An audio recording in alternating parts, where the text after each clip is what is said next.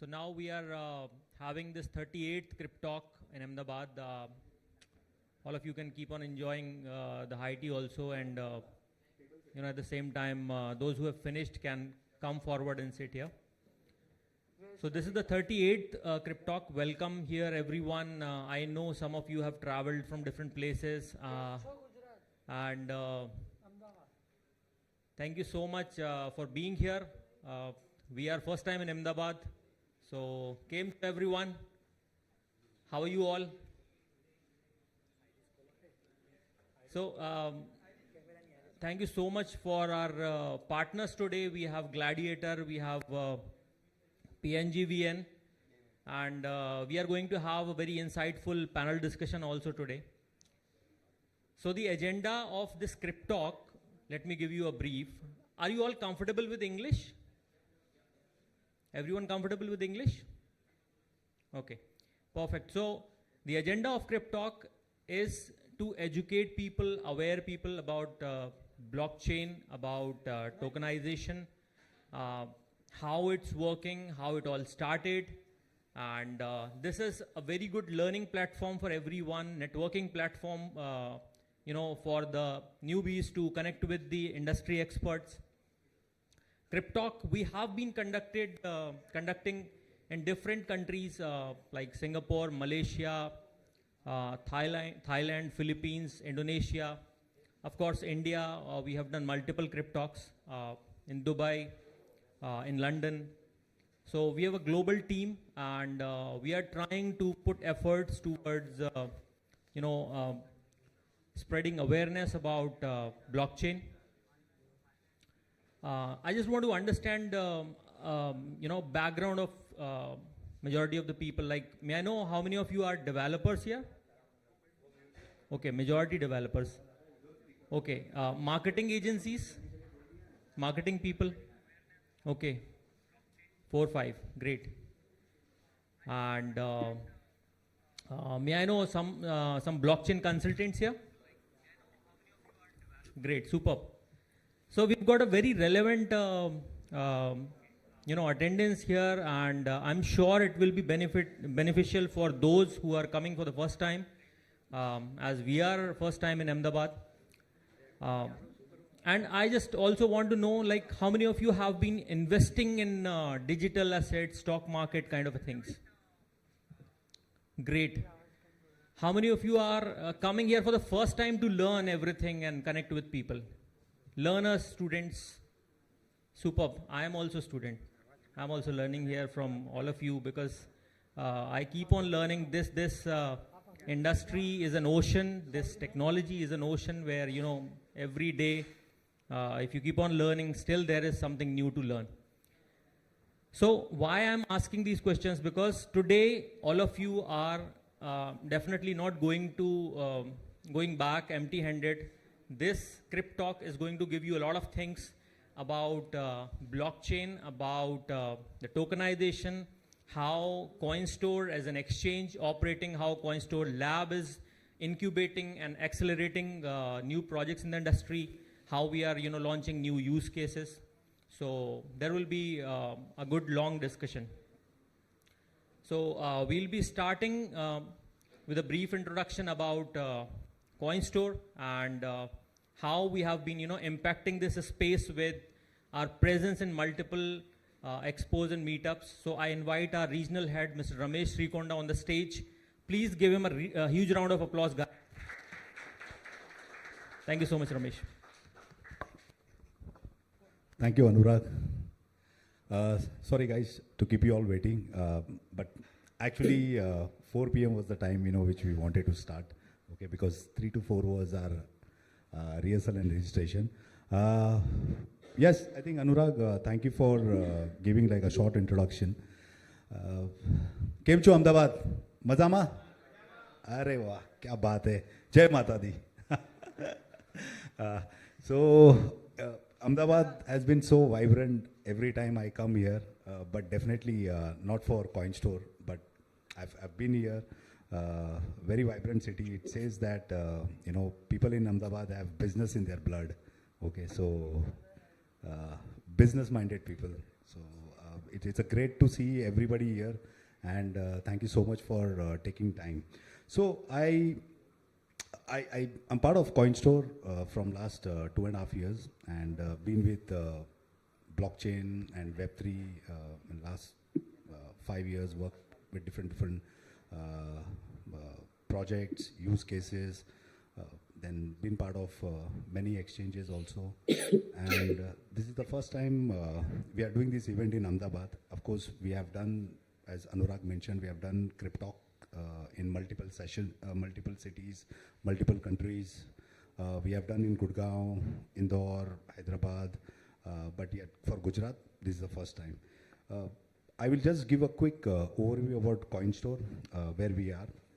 So Coinstore, as you can see, there were a lot of standees here. I'm sure many of you all would have scanned, the QR code and seen the website. How many of you all have downloaded the Coinstore app? Okay, thank you. Few of you all, I don't see you guys have downloaded. But as an exchange, we have been into from last 4 years, and we are very popular in Southeast Asia. If you look at our tagline, this is the first choice for the initial launch. So most of the blockchain use case, layer 1, layer 2, native chain, there are many Web3 projects. Most of them, they prefer Coinstore as the first initial exchange to launch their tokens, okay, because we provide multiple services. So as an exchange, currently we have 8 million plus users which are registered, okay, and we've got around 1.7 million monthly websites. These are the visits from the users, and on average, we have the daily active users of 150K to 200K. During the high market, okay, when the market is at peak, it goes up to 200K to 250K also. And if you look at the volume is quite high here. And we are doing, like as I said, we have onboarded more than 700 projects so far on our exchange. And there are multiple services what we are providing as an exchange. If you look at this standee, you can see we are providing spot trading, we are providing futures trading. Also, we have our launchpad where we are giving an opportunity for any Web3 startup to go for a public launch. If they want to allocate any token before listing in the actual spot market, we are giving them like a public launch round where they can allocate X amount of token, and we can do like a pre-marketing for them before initial exchange offering, and also after the completion of IO, we provide them the marketing services. So any new Web3 startup, they want to create like a hype before even they are listed on the token on spot market, and if they want people to know about their project, their use case, their roadmap, so we give that as an opportunity. But yes, we have futures trading also, which is something our signature product. We are doing a lot of activities to increase the volumes, and also we are running multiple campaigns like affiliate campaigns so that we can increase the volume. So I will talk about that futures affiliate part probably later. But if you look at our users' presence, we've got a very strong presence in Southeast Asia, especially Indonesia, Vietnam, Malaysia, where we have the maximum users. Of course, from India, we have around 15% of users. And if you look at overall, we also have users from Africa, which is again pro-crypto or pro-digital asset and blockchain, blockchain country, and it's growing very fast. So we have users from 150 countries, and we are growing very fast. Our next immediate milestone is to have around close to 15 million users, okay, by by Q1 of 2025. And we are establishing in multiple countries. Of course, our headquarters is from Singapore. We have another operation which is in Malaysia. We are also registered in Dubai. And so we are a global exchange. Okay, so if you call us like an Indian exchange, we are not. Okay, but yes, we support users. We support users from 150 plus countries. And we have a team of 200 plus full-time employees across the world. Most of the team members, they operate from Singapore, Malaysia, Dubai, and Southeast Asia. We have team in different countries. So this is all about our users. As I mentioned, this Web3 is quite new. It's still at the initial stage, and most of the awareness or most of the exposure for any blockchain use case you will find, of course, through this offline educational meetups. But apart from that, we try to participate in maximum global expo, like Web3 Expo or a blockchain expo. Like if you look at some of the pics here, recently we got a chance to attend Token 2049, which was held in Singapore. We did one brand conference event also, and we were also part of GM Vietnam and CoinFest Bali. How many of you all have actually attended Web3 Global Expo? Yeah, I think some of you all, Yax was one of the speaker also. Okay, very, very active in Web3 space. But in India, of course, there are many meetups which are planned. Something which is going to come in October. You all should have a look at it. Even apart from exchange, we have another arm which is called Coinstore Labs. So Coinstore Labs is a Web3 accelerator arm, incubator arm. We are supporting all the stealth mode projects. If you look at the current slide, this is a hackathon which we have taken initiative, and this is one of the successful first hackathon which we did in the month of June. And I can tell, if you look at the kind of reward, we have allocated almost $200,000 worth of rewards for any projects which is qualified. Of course, there is a split of the reward also. We are giving like different category of rewards. So this was one of the successful event which we did, and even ICP, which is again top 10 blockchain. Most of you all who are into digital asset trading would know about ICP. So ICP is a partner. We recently finished one hackathon with ICP. So we are taking a lot of initiative to connect to the developers also. So I see there are many participants who have come from the development space. So huge opportunity. Even you can submit your project for any upcoming hackathon. If you have any use case built on maybe EVM chain or maybe any layer 0, layer 1, layer 2, or you can submit if you have a very good case study and if the contract is live. So stay tuned for our upcoming hackathon, which is going to happen on Coinstore very soon. Then perpetual futures. So this is our immediate milestone right now. So apart from spot trading, we are also going to focus on perpetual futures. How many of you all are doing perpetual futures? Awesome. So for perpetual futures, something which we are planning is we are trying to engage some influencers, partners. We are looking for anyone who can support as an affiliate partner, so business partner. So that program is something which we are going to roll out very soon. So those who have joined our community, you will get that update. These are some upcoming events where Coinstore is going to participate. In India, we are going to participate in India Blockchain Summit, which is happening in Delhi. But apart from that, we are also participating in Dubai Future Blockchain Summit. So this is the nearest upcoming expo event which is happening. So if anybody wants to get more exposure at the global level, do visit this expo. I'm sure you'll learn a lot of things about what's happening in Web3 and blockchain space. So this is one of our strength, I can say, Coinstore.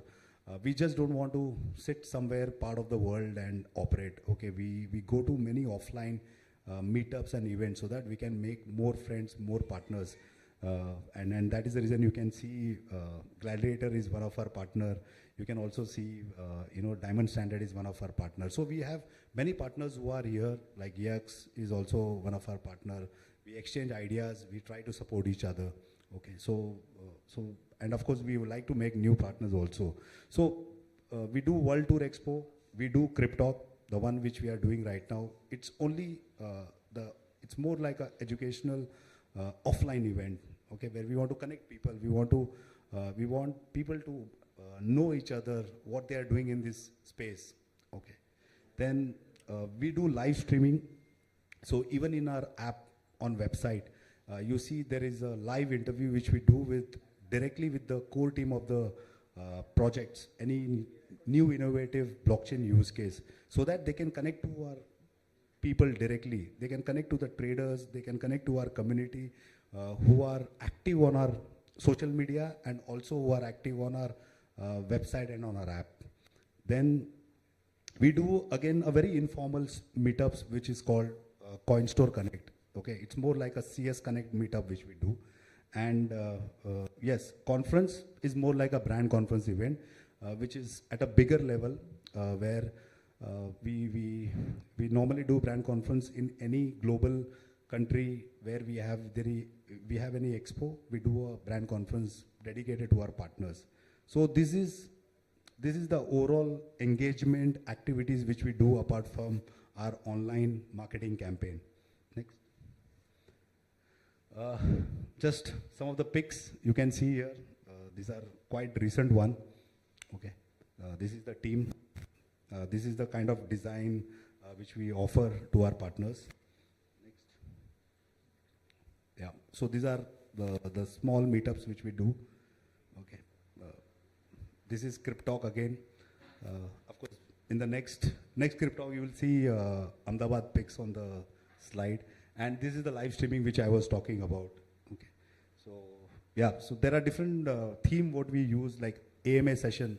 It's more like Ask Me Anything, where even community and users, viewers, they can connect to the project. They can ask question. Okay, they can ask direct question with the founder. What is the roadmap? What is the utility of this token? And any questions if they have. They can ask directly. Then we have something which is called Market Insiders. This is also something which we give any opportunity to any promising blockchain. And then we have something called like Star of the Month, where we give like a shout out to our projects and partners. Okay. All right, so this was my last slide. Thank you so much. And I would like to invite Anurag, to take up the next agenda. Any questions you have so far for Coinstore? No, thank you. Thank you. Thank you so much, Ramesh. Again, a big round of applause to Ramesh. He has traveled all the way from Mumbai and sharing out of his experiences, and he has a very good experience in this industry, and he has been traveling in different international expos of Coinstore, representing Coinstore. So and I also want to make you all aware that again I'm saying this, that we have certain partners who have placed their standee here. I don't know how many of you are aware or not, or if anyone of you are not with that mindset, please try to explore such things where any project is giving away a certain amount of reward. Then you can scan the QR code and understand. Before even taking the giveaway or taking any airdrop, all of you should understand what exactly this project does. So if I talk about our partner Gladiator, then they are into Metaverse and they are building something amazing. If you are participating in their giveaway, then there is a huge scope of growth for all of you. You can grow your assets. They are giving a very decent amount of reward here, worth $25. So that's a huge reward. And in the next session, we'll be having a panel discussion. So next slide, please. Is our speaker ready, Ms. Saima? Could you please check?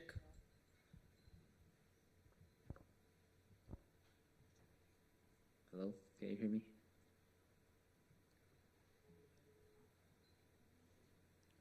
So Saima is representing one of our partners, Hello. PNGVN. So she's joining us virtually from Europe.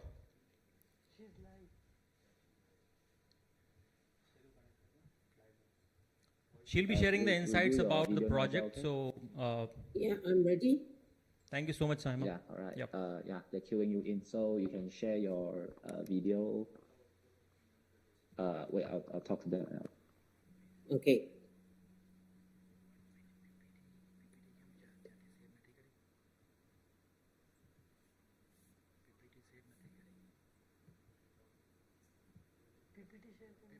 You can share your video now. Okay, 1 second. Yeah.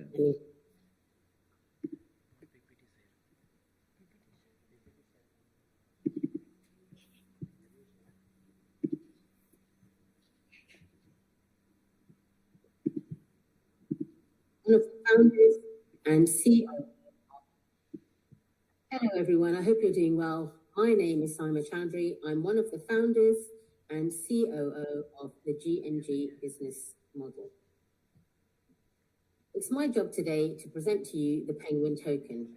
GNG and GNG are proud to present Penguin.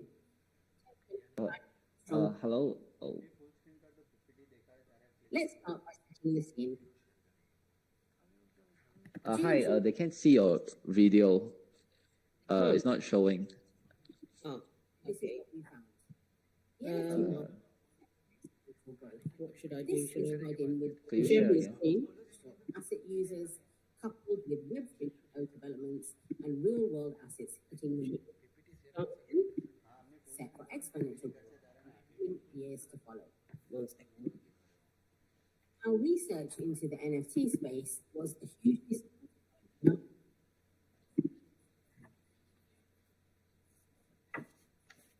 What should I do? Shall I just run it live then? You have to share your screen either way. So yeah. Yeah, I was sharing my screen, so I'm not sure what happened. Maybe you could try to share like the similar like just now. Like how Is you that share. sharing now? No, it's You not see sharing that? now. It's not share. Yeah, it's not sharing now. Maybe you can try. Can you see the screen? Because it's saying it's sharing.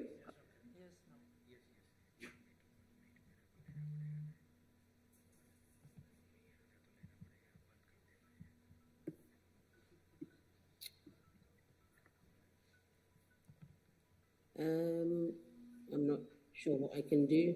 Let me try again.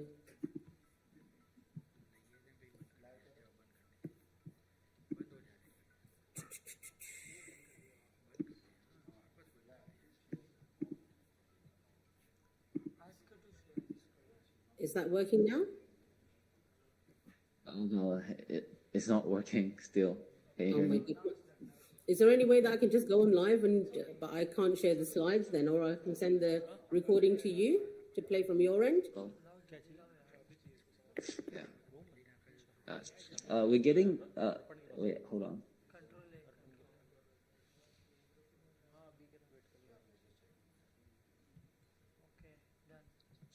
Yeah, I think I got the feed now. You can turn on the slide now. 1 second.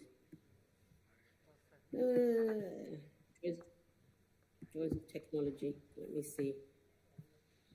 A minute.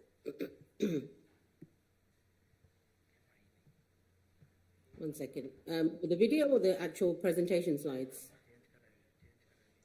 Either one is fine. Oh, let me see then.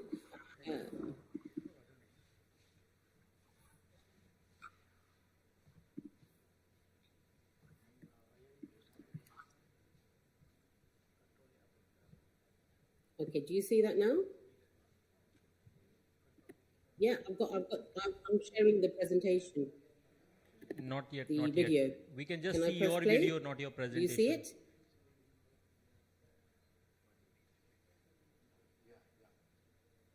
Can you see the slide? Can you see the presentation? Hold on.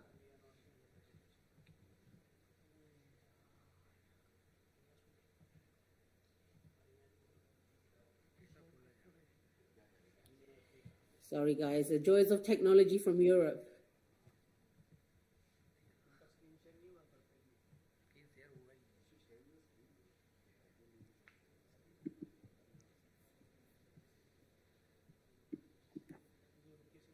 I don't think they can still see it. You might have to like reshare. Like. Okay, let me stop share then. Yeah. And reshare. I'm sharing the entire screen, so I'm not sure why it's not sharing. Yeah, do you see it now? I'm not seeing it right now, so.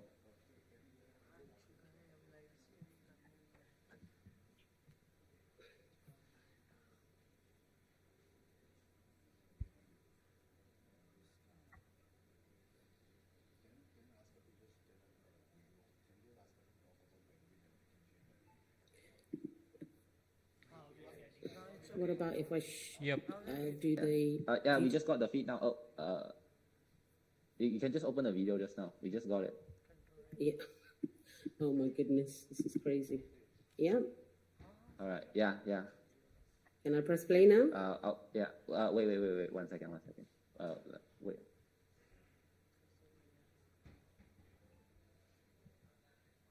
Yep, it's working now.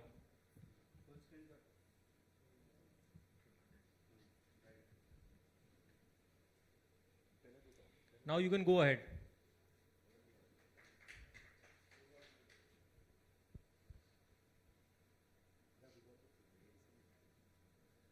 Yeah, you can play it now. Okay. Hello, everyone. I hope you're doing well. My name is Simon Chowdhury. I'm one of the founders and COO of the GMG business model. It's my job today to present to you the Penguin token. GMG community and GMG IM are proud to present Penguin. Token is strong. Let's start by setting the scene. GMG carried out extensive market.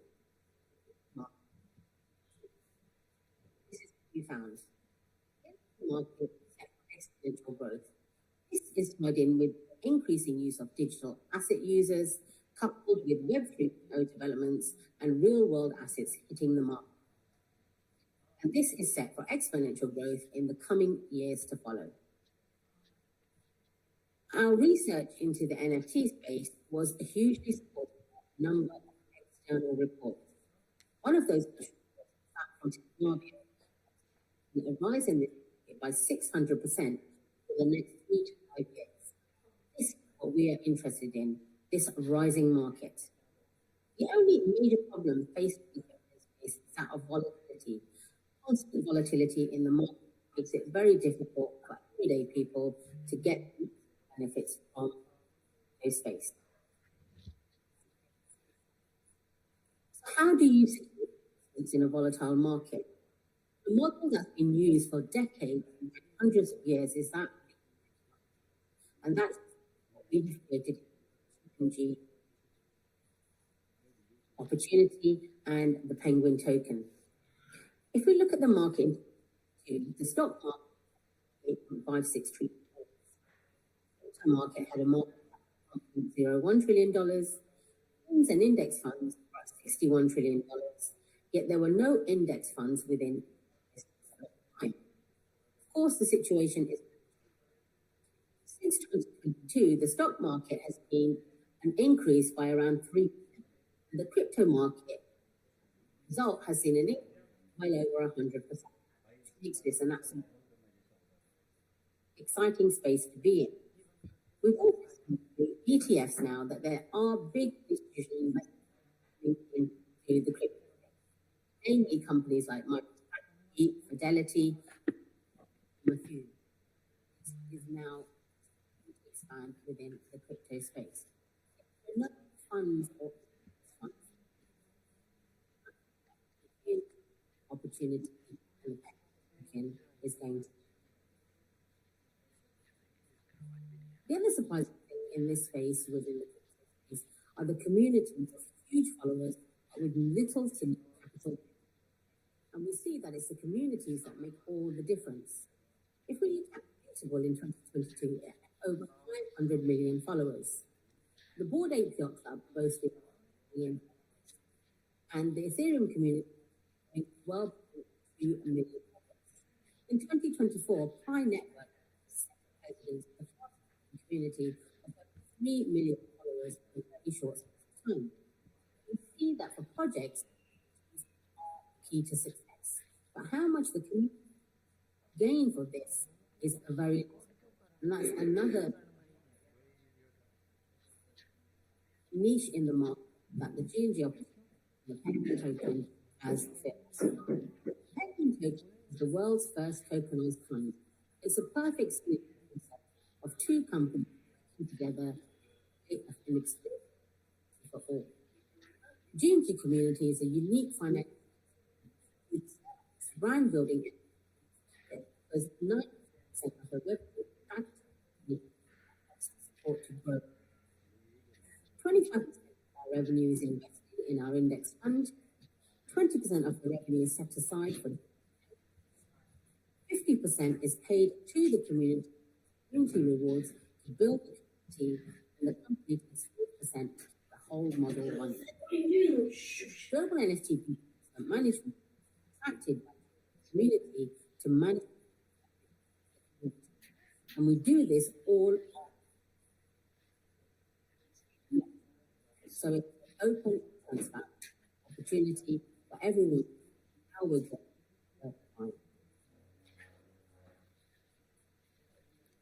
Penguin holds real value from day one. 130 companies in one token, which we call our Penguin Index. Our index comprises the top 100 NFT projects, the top 15 cryptocurrencies, and the top 15 AI projects. This makes the Penguin Index, and this is the value. And what a bright future it is. If we look at in this market by 2030, then the Penguin Index is set for fantastic growth in years. The crypto users are set to grow by 1 billion users by 2030. Digital asset holders by 2030 plus 5 billion users. And the real world assets market is set to reach $17 trillion by 2030. This is what makes this space so exciting. And will authenticated smart contracts through, and that's why we're so interested.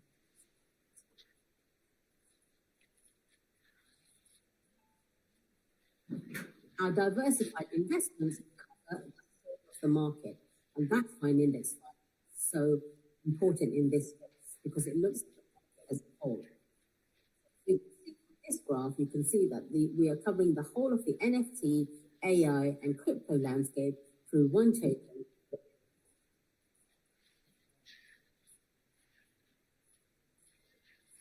Our edge, or the triple effect, is an exceptional product in a rising market. And must growth over the next coming years. That, coupled with capital injection monthly through the sale of our brand build fees, the Penguin token, and we pay out quarterly dividends to our token holders. Hold the token for the month. This is the first time in this space in to the community members that hold the token.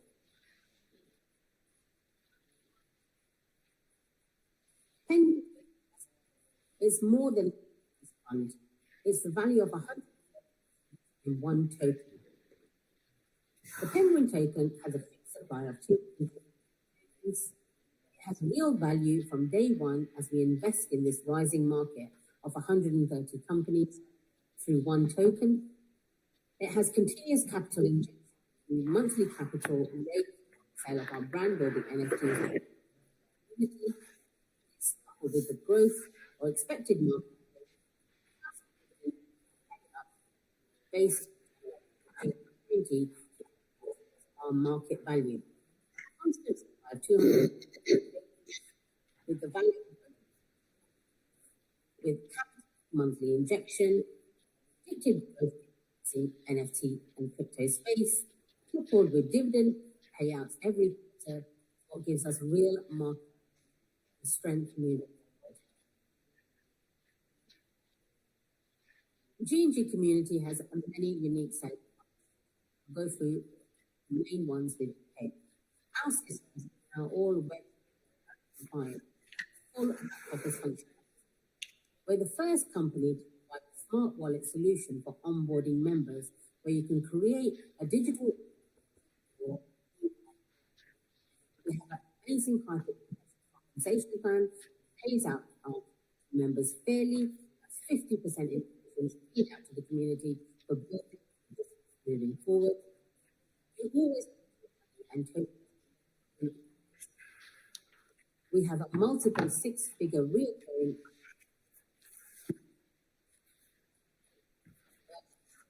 only been 18 months. We have an instant payout in real money, 100% payable on a weekly basis, and we've just paid 77 payments with over 3 million paid out to our community members that have helped us to grow to where it is today. We've also paid out $3 million in a revenue share through our all visible on the blockchain. We are live on the blockchain with our ERC. We're fully secure audited within the token space, continue our auditing within the normal business space. And our token holds real value assets. And that's a world list that the token holds real value and then list. We have the first blockchain system. See our website, and we list the picture on Coinstore. Really excited about 5th of October 2024.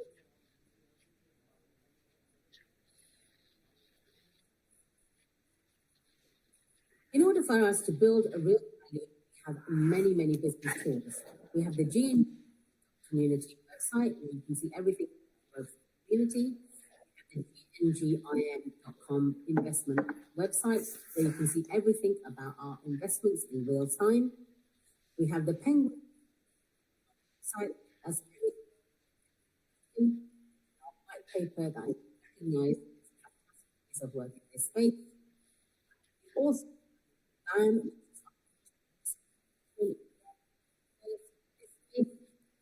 investments in real on the blockchain.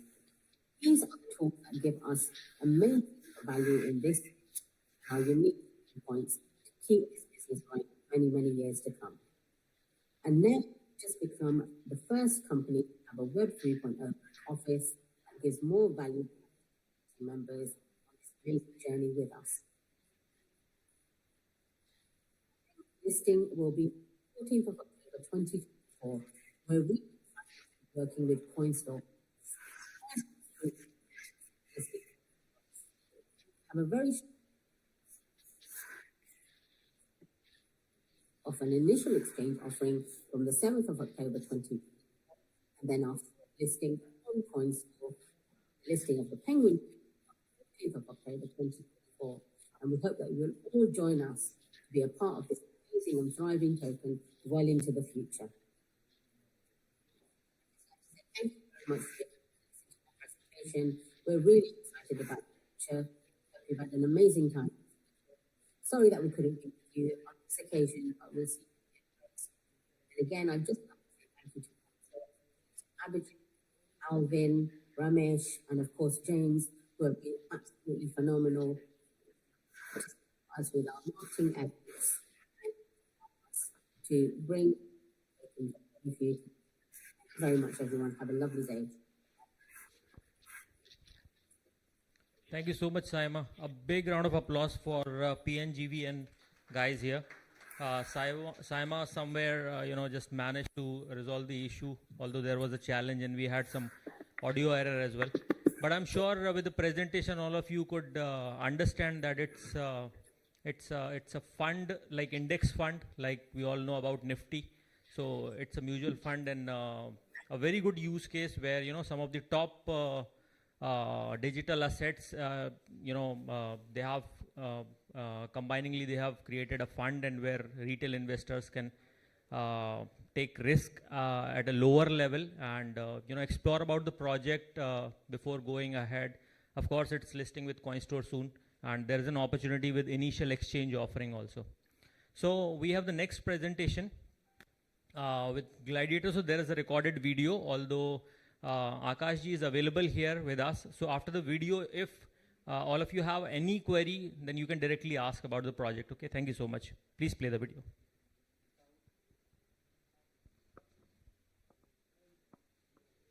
We've always been at the forefront of the latest technology. We are enhanced experiences with our BT Sport app. And now we're at the dawn of a whole new era. A breakthrough that will truly revolutionise the way we enjoy the beautiful game.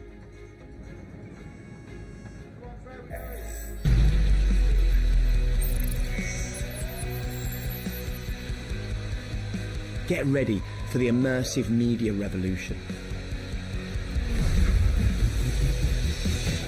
What this all means is that with 5G, every seat will be the best seat in the house. Literally. Oh, you're here, are you? Yeah, sorry mate, I had to take the dog out. You'll be able to share every moment in real time wherever you are with whoever you choose to. And no lag. This is what ultra low latency looks like. A reaction time that you simply wouldn't believe. Alexander Arnold, perfectly done. Salah's in here. He scored! Never miss a thing with an untethered viewing experience. You watching this? Yeah, I've got it on. And it's a penalty to City. He saved it! Guaranteed every time.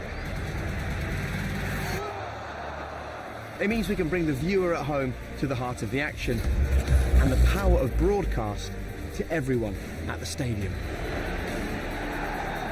No, look. Look, he doesn't touch the ball. The reliability and speed of 5G will enable us to control an array of cameras that will create a total field of view. Where would you hit it? Top left. Unlocking ways of seeing every moment. From the optimum, unobstructed angle and giving our production teams unlimited creative freedom. And if you miss anything, multi-angle replays will let you see it again and again in your own time. Oh, it's fantastic! Bamian. All of this can be experienced with devices like these glasses, and in the future, maybe even without. I can make you disappear. Stop it. The game is the same as it ever was. But the possible is unlimited. Oh, I've got a message. From Bamian. Unleash your dreams. Break the limits. Believe in the unbelievable where the impossible becomes reality. Unleash your inner warrior. Gladiator. Conquer the future. Invest today.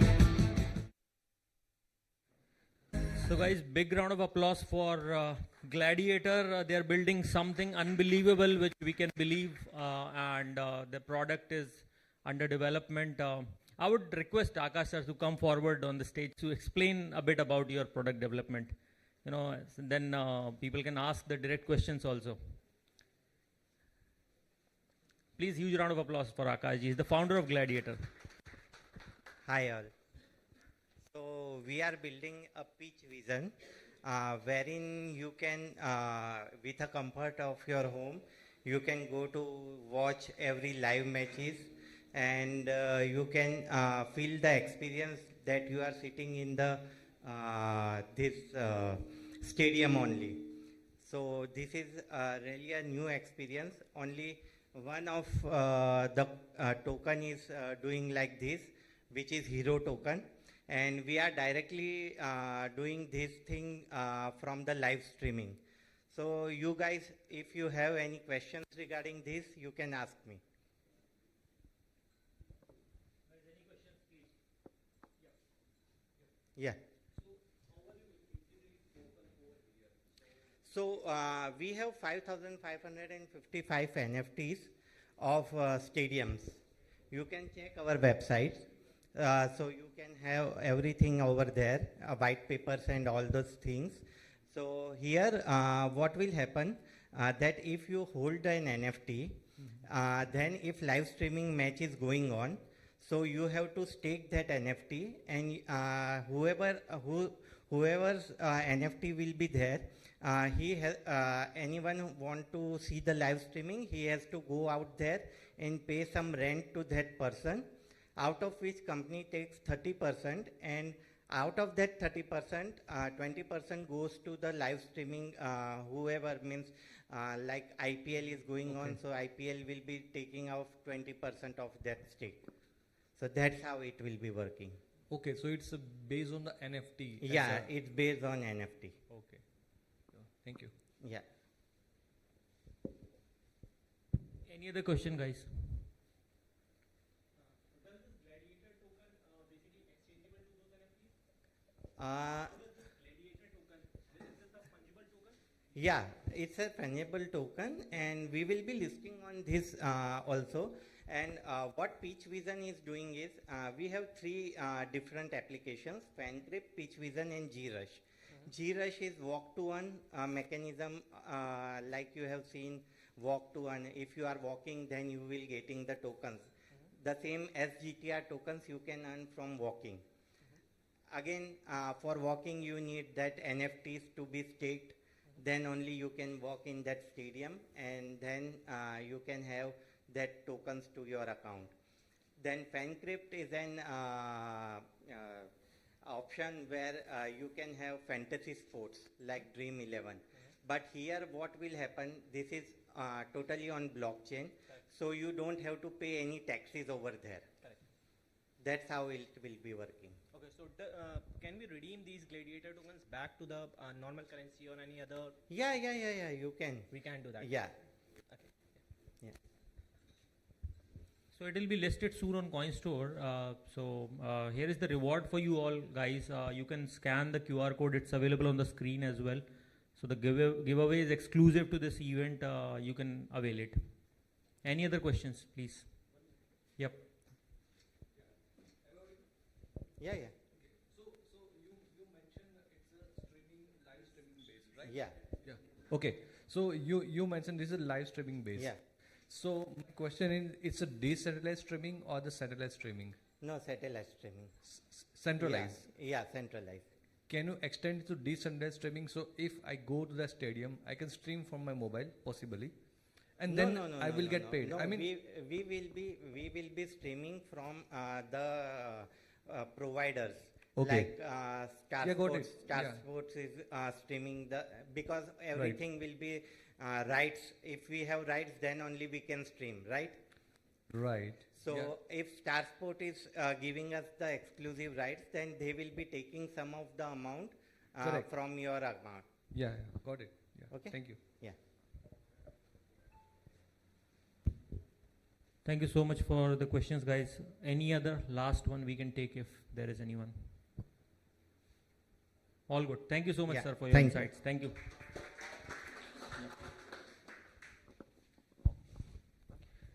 Now next we'll be having a very insightful panel discussion, guys. This is something going to add a lot of value to all of your knowledge, and I would ask the hotel guys to please arrange the chairs here if possible. Who's here? Please arrange the 5 chairs. We've got panelists today. We have Shashank Sena, who has come from Indore. He's representing Diamond Standards, the team of Diamond Standards, and there are multiple tokens in this ecosystem. So they'll be, sharing their knowledge and discussing about today's panel topics. And then we have Yaksh Seth, who I don't know, like, if there is anyone who doesn't know him, because he's very famous in this industry and keeps on traveling to different expos, events, meetups. So we are glad to have him today here. Then we have Mayur Sidhpara, having a very profound experience in Web3 marketing. And then we have Rajni today, traveled from Surat and having a very good experience working since past 4 or 5 years. So this panel discussion, I invite all 4 of you to please come on the stage, and Ramesh to please coordinate the panel discussion. Big round of applause, guys.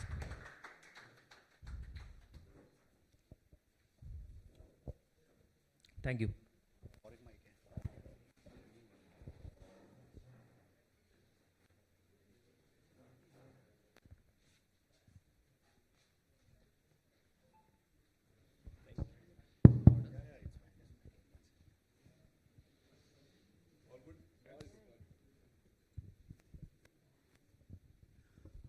All right, I think many of you all would have known already, their names, but I want each one of them to give a short introduction about themselves, because they are doing something really great. A lot of things to learn from them.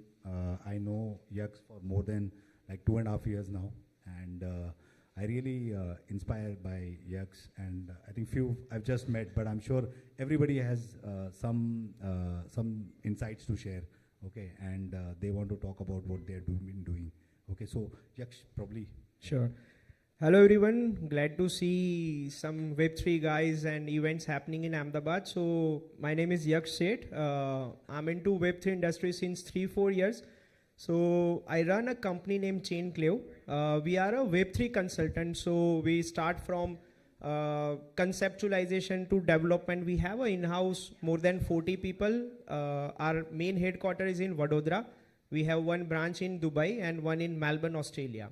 And I personally, as Anurag said, and so my Web3 exploration journey started, Ramesh has played a very significant role in exploring the industry. Like, I was just a new beginner in the industry and got a lot of insights from him as well. So right now we manage more than 200 clients, either it's consulting, marketing, development across the 22 countries. And I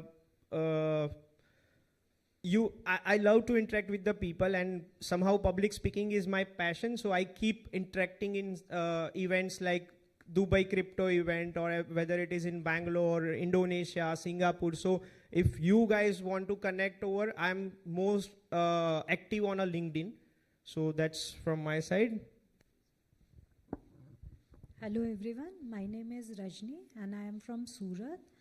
I am more into Bitcoin space.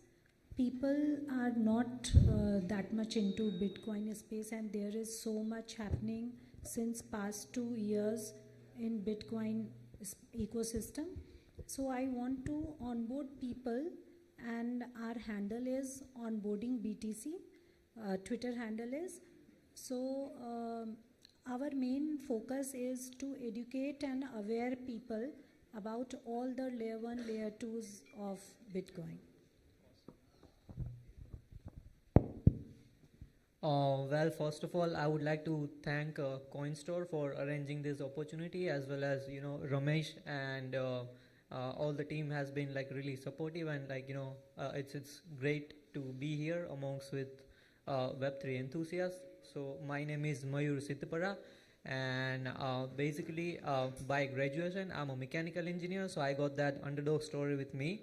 So somehow like my Web3 journey started like very surprising, as a surprising event. I got to know the space in 2019. Before that I used to work in design engineering field. So and my expertise in Web3 is I mostly work with GameFi, DeFi, as well as NFT projects to help help them with their growth journey, and as well as social media marketing, community growth, and consulting as well. So I would like to thank all the speakers as well for having me in here, and would love to have a great conversation with all of you. Thank you. Hi everyone. I won't take much of your time, as I know you might be feel a bit sleepy. So yeah, I mean, in general, I'm a sort of tech person. My journey started with web development and the full stack development. Now, about 2 years, about 2 years ago, a discussion came into the picture, with our clients and our team, we need to have create a sort of solution for the problems we are seeing in the ecosystem of blockchain, Bitcoin and these type of things are flashing down, up and down, unstably. So we thought of to create some investable market commodity that we can work upon, and that at that point of time, this thing came into the discussion, and we all look completely excited about that, to make diamond as an investable commodity. So from there, this journey starts on, and till now, we are doing pretty much good. So yeah, we'll talk more maybe after the panel discussion about that. Thank you so much, everyone. Okay, so today's topic is going to be tokenization and blockchain, the future economy. We've been hearing about blockchain, we've been hearing about Web3, okay, many of us have been hearing about it, but this is the opportunity, this is the platform where you actually you're going to hear from the industry experts, okay, because it's not only me, but I think Yaks, Shashank, then Rajni, and then even Mayu, okay, they all are here so that they can share their insights, okay, about this. So my first question, okay, to Yaksh, I'll start from Yaksh, from that side. Okay, so what do you mean by tokenization? Because we've been hearing about token, and what is the difference between a Web2 and a Web3 tokenization? Oh, yeah. So every bull run or every 2 years, we have some narratives in crypto. This time we are listening RW and DPIN as a narrative. So RWA stands for real world assets, which is a purely tokenization and decentralized physical infrastructure. So to understand these narratives, we need to understand what is tokenization. So tokenization is very simple concept, is converting your physical or digital assets into digital tokens. And it's all about digital token ownership. And digital tokens gives you the freedom to transfer it to anyone without any geographical foundation. It brings more liquidity into the system. So to understand this, if these terms sounds more technical, what's the currency of USA? Anyone can say that? US dollars. So to understand tokenization, there is which is a pure, if you are doing a crypto trading, everyday crypto trader use that tokenized token, which is USDT, Tether. So it's a purely tokenized asset. 1:1, if you have a USDT, Tether has that USD in their bank account. So they have tokenized them. Now imagine you want to transfer US dollars from US bank account to India. There are a lot of hierarchy there, banks, then approvals, and then many things. But you want to transfer USDT from Coinstore, just a click away.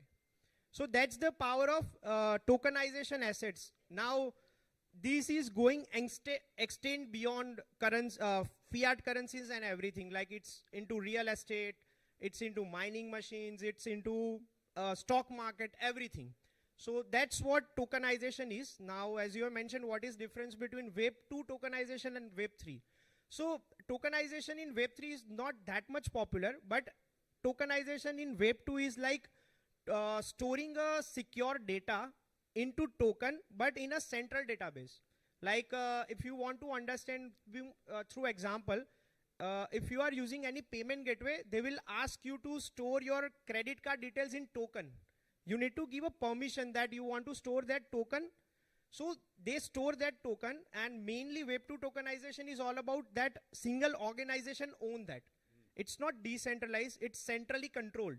Whereas Web3 tokenization is all about a digital token ownership in a distributed ledger in this blockchain, and whereas you don't have any central authority controlling it. So that's the basic difference between Web 2 and Web 3 tokenization. So basically what you're trying to say, Yax, is if you can just give more insights about, is it tokenization or there is something word which is called like encryption? So is that related to encryption, the one which you have mentioned? Yeah. Because where you mentioned about credit card, okay, so many of us are using credit cards. Yes. So I just wanted to clear the air if anybody is confused. Yeah. So encryption and tokenization is somehow, it has a little bit thin difference between encryption and tokenization. So encryption is about securing a data. So you store the data through encryption. So you are protecting it through some encryption methods, and it can be decrypted if you have a decryption key. But whereas tokenization is about ownership, owning something, and it's not reversible like encryption. So encryption is reversible. So purpose of encryption would be securing the data, and purpose of tokenization would be owning the data without any interference and having more liquidity and more transferable assets. So both are different, but somehow serves the different purposes. So I would like to ask Shashank. Okay. Yeah, Shashank. So what do you think about this? I mean, what is the purpose of tokenization? Now we know that encryption is something which is mostly like encrypting the data. Okay. And tokenization. So why we are not happy with the encryption part? Why do you need tokenization? So basically, like we can all talk about the technical terms, like we want to introduce into the system, like we have this and that, but at the end what we need is value.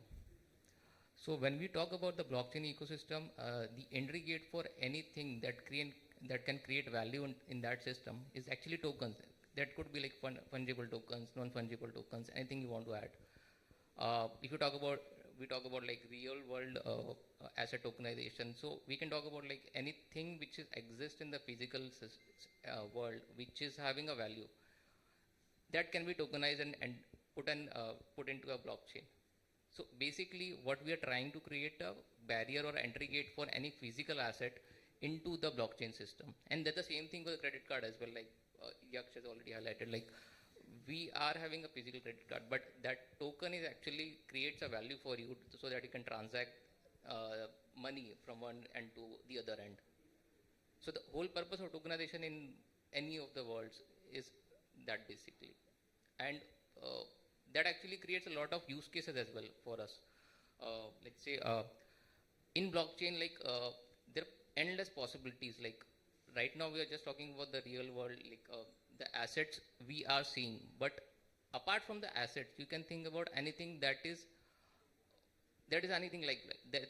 It's like, for example, we can say like there are a lot of major companies right now, like they are like they have global presence. And they have their entities that say they're wrapping up the system. Like let's say, take example of Ford. They're wrapping up their system. They have their debts. There's there are use cases like you can tokenize the debts and transfer it to the different entity, and you can wrap it up. Like the way the banks are doing right now, like they are disclosing or like disposing their loans, the NPAs at a discount rates. If that thing can be put into a blockchain network like that, break the barriers or across the boundaries. So that basically opens the gate like for them to like dispose those NPAs in a much more profitable way at a different discount rate that they are doing right now, because they are bounded by some let's say the barriers. So yeah, that's okay. I think that's a very good insights. What Shashank has shared, and I just want Mayur to probably add here, because Mayur has given his introduction. I was just listening to him right from engineering, and now he's into it's crazy. Space. It's crazy. Yeah. So of course I don't want you to only specifically mention that it's engineering. So there are other non-engineering people would be here. Sure. Okay. So overall, what do you think, we have heard about this blockchain, and I'm like, what Yes mentioned and even what Shashank mentioned, that blockchain is playing a very vital role because that is the underlying technology, okay? Yeah. Why we are talking about tokenization, okay? And of course, it has its own features, okay? And it differentiates from Web 2 to Web 3. So, what is the overall growth, okay, of blockchain? What have you seen in your experience, your journey?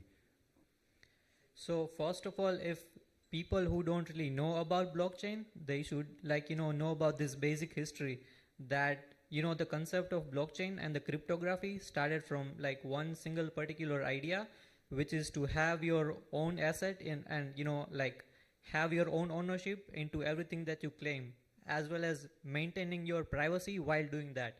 So the whole thing started from this, group of really brilliant scientists and computer scientists, as well as, researchers. If you have heard about, I'm sure like Yaks would have heard about the cypherpunks. The whole movement started, before actually 2007. They were great, computer scientists, data scientists, as well as researchers who were doing some research on how to get some, exactly the type of money which is far from, let's say, the unlimited supply. Because if the government is having unlimited supply of the money, then it's obvious fact that the inflation would be it will also increase, as well as the more money get into the market.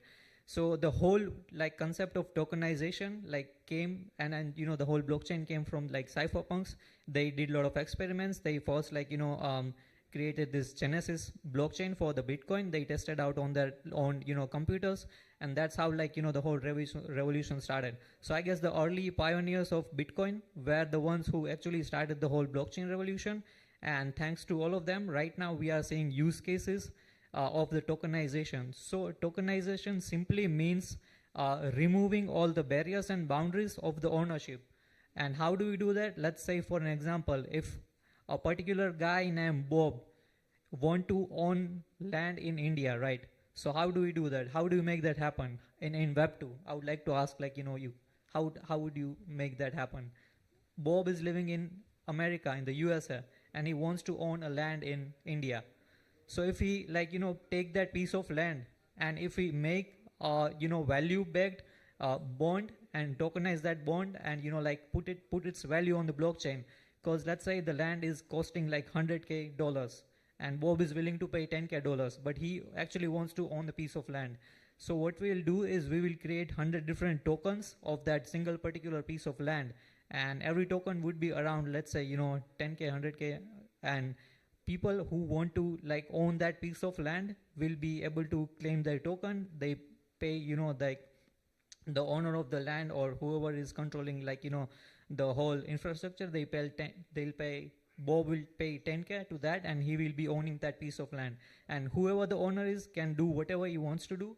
And if let's say if the time passes and the real value of the money according to the real estate standard grows, then they will the owners, all of the owners will be also benefiting from that, right?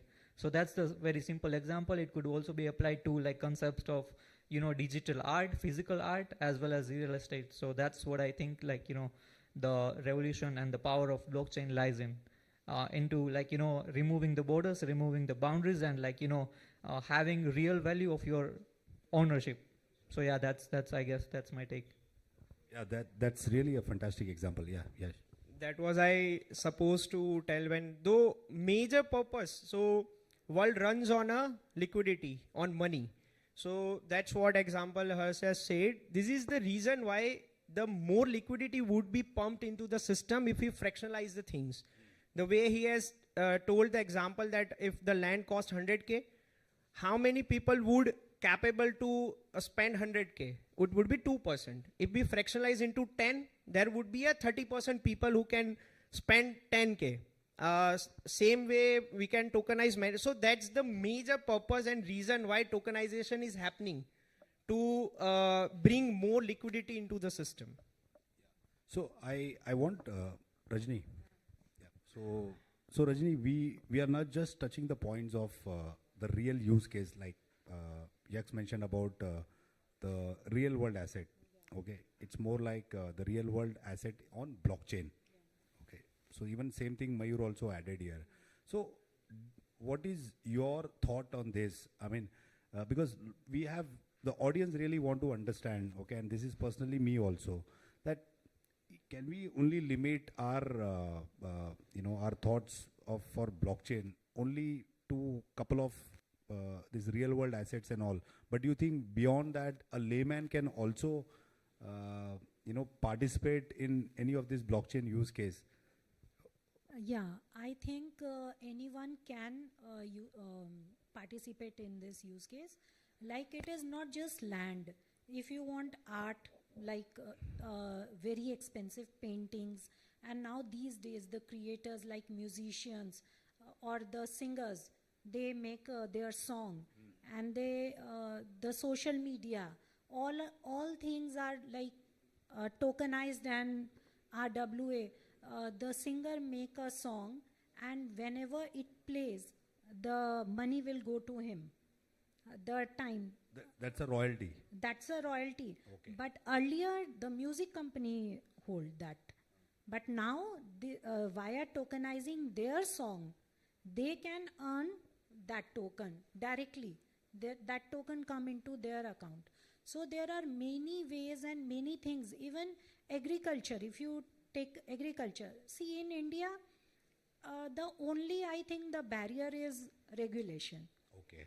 So apart from regulation, if you want to understand the use case, if I am a farmer, for example, I am a farmer and I have a huge land, and on the basis of future prediction of my produce, what I will produce, I can tokenize my harvest also. So there are many use cases. In each and every product, you can tokenize it. Got it. Yeah, the only barrier in India is like regulation. Yeah. So what you said is absolutely correct, that everything you can tokenize. However, like you have like youth in front of you right now. Okay, there are many experienced people also here. So how do you think they should participate? Okay, because there are different perspectives to anybody participating in digital assets or even blockchain. Okay, number one is some may take as a career, right? Second is some may take as a financial freedom. Okay, so what is your thought on probably these two things, and then I will have Mayur also to add to it. For youth on tokenizing or coming onboarding on... Coming onboarding, it can be career or it can be this anything. whole Web3 thing. There are many ways. If the dev thing is totally different. If you do code, you can make a product or help company, whatever. But as a user, those who don't code, they can do trading, they can do, they can understand, and whatever they made, they are good at in their life, they can tokenize that also. And they can buy also for us, like, what to say, a kind of asset class. They can also invest their money in one asset class. Crypto may be the one of a kind of that asset class. So first you have to understand that. The technology you have to understand. It is not just like, okay, crypto है तो हम बस आज ही आए आज ही करोड़पति बन गए. Please, ऐसा कुछ भी नहीं है. ठीक है, ये चीज़ एकदम क्लियर करनी है. First you have to understand the technology. And whatever the Bitcoin is, not any other coin is, like Ethereum. Ethereum is a smart contract, dApps and DeFi. So don't compare each other coin. It is not that one is good or one is bad. Their use case is makes them. So if you want to onboard into crypto world, you have many ways. Like you can be dev, you can invest, you can trade, you can tokenize your ability. Like if you make some art or craft, you can sell via tokenizing. Correct. Okay. So Mayur, like we heard from Rajni that you can make art, okay, you can invest. Now I want you to touch on those points. What do you think? Is it only investment? But from the career perspective, probably like many of us may not have the right direction or guidance. Okay. Yeah. Because most of us have this perception. Okay. Even I had the same perception that Bitcoin is blockchain. Okay. Bitcoin is the only thing in blockchain. Okay. So I think, what do you think? Yeah, because I never knew that, okay, there can be so many directions. Okay. There can be career opportunities also. Okay. So do you want to share what kind of career opportunities you have seen in India? Probably what growth have you seen in India or even in the global market? Maybe like a quick thing. Yeah. So I totally understand your question, that how people who don't really know about Web3 can be involved into Web3 space and have some career options, as well as financial, they can seek financial freedom as well. But I don't personally recommend that, because crypto trading is the most volatile and risky thing that you can ever encounter in your life, because there are concept of DeFi, there are concept of meme coins, there are concept of scams, rug pulls, etc., etc. But the first thing, if you don't really know what the technology is, first thing is to get yourself educated. And to get started, there's only one thing that you should read, is that the white paper of Bitcoin, because it is the holy grail of the whole technology. It explains what the blockchain is, how it works, how the concept of double spending, the concept of security, how the transaction happens on the blockchain, and what really is the whole fundamental basics. Apart from that, I can also recommend some books. This is really great book. It is also written about the history of the cryptocurrencies as well as blockchain. It's called Digital Gold. It is written by New York Times author called Nathaniel Popper. So first of all, you have to read at least 3 months, dig deep into all of the books, all of the research, all of the content which is available on the internet. Get yourself educated about the technology. After that, after you become aware of the basics, there are so many options you can explore. First is you can be a researcher. You can research new ways where you can implement the technology. You can find new use cases. Second is you can become a content creator. You can write educational Twitter articles, or you can be publishing videos on Instagram. You can publish videos on YouTube, as well as write articles on Medium. And once you gain your initial community, then you can also be seeking opportunities to get paid from other different projects.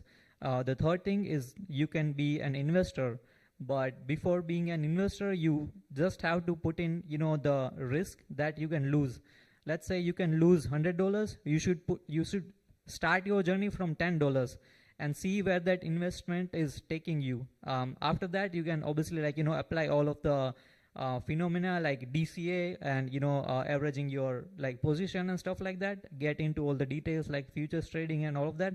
But if you don't really know what the stock market is and how the trading works, you should never really invest a single dollar or even single rupee into crypto currencies. After that, you can be a marketer if you are, let's say, if you have good knowledge about how social media works, how to how to find target audience, how to build online communities.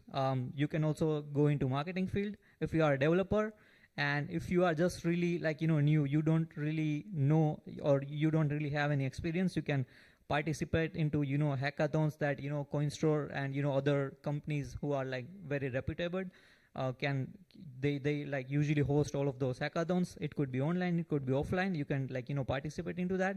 Apart from that, I guess you can also launch your own project if you are really, once you have that, once you have reached that level, right? So these are all the options that you can explore. But if you don't really have that cultural value. Like if you don't have the passion to connect with other people, like you should have that, passion to like connect with other people. And that's how, it will get you to your next point, because it's all about connecting the dots, like, Steve Jobs said, right? So I guess that's it. Yash, just want to add anything. Yeah, because Yash has been different. He has been playing different sides. Okay, because I know he has been himself is an entrepreneur. Okay, he is a good speaker. Plus, he's also is into consulting. He's into development. Okay, and so he has played different roles. So probably you can also add. I will keep it short. So first of all, who is new to Web3? We all need to understand Web3 is not crypto. Crypto is just a part of Web3. So it's not about money making and everything. Web3 is a bigger picture. Web3 is something sooner or later, if you are a consumer of Web3, but you will be consumer of Web3 after 10 years, 20 years. How many of you heard about CBDC? Okay, so it's a centralized currency from government, but building on blockchain. So it's a part of Web3. And if we were talking about its future. So let's imagine after 20 years, there is no hard cash. Only CBDC is there. So you are into Web3 or not, you are using Web3.